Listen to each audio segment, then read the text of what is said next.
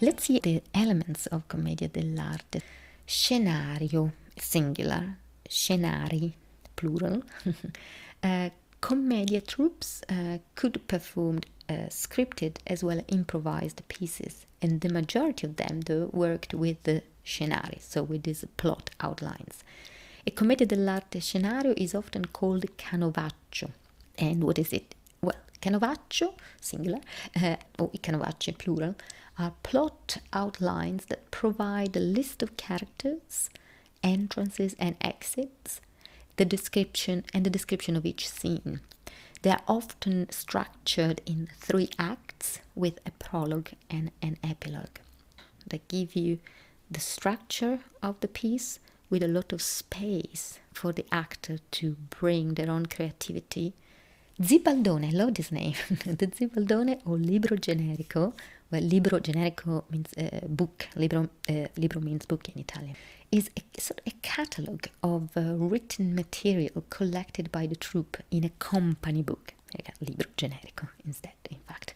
The Zibaldone contained a list of monologues, soliloquies, dialogues, goodbyes, so to actors' departure, especially the lovers, for example, first entrances, exits, and various types of written material utilized by the actors on stage. For instance, aphorisms, maxims, quotes, or poems. So you see the richness of written material utilized by the actors of Commedia dell'arte. And finally, I want to mention the Lazzi.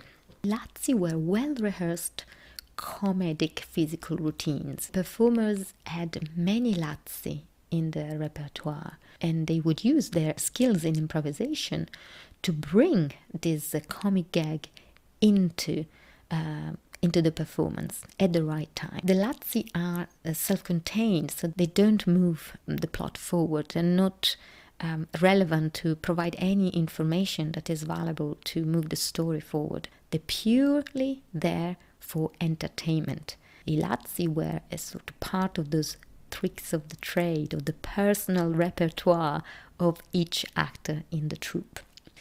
And finally, the contentious, in my opinion, chapter of improvisation in Commedia dell'arte. I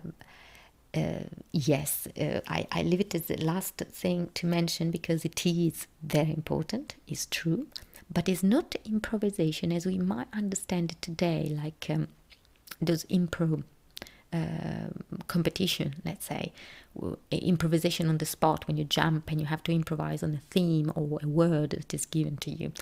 That's not exactly how improvisation was understood back then by the commedianti. Actors worked within a very tight structure, integrating both rehearsed and improvised material.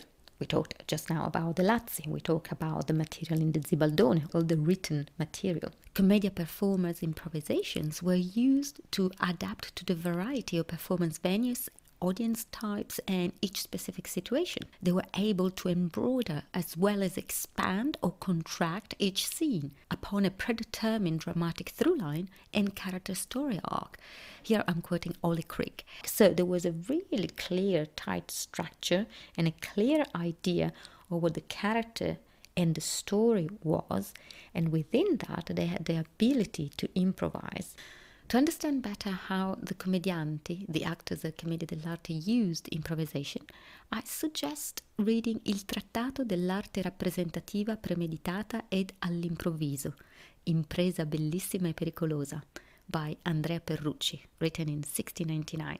So that book, that is written in Italian translation in English, will give you a lot of insight of how improvisation was understood, interpreted back then. So this is the end of this session, and the next one will be focusing on the servants of Commedia dell'arte, the Zanni.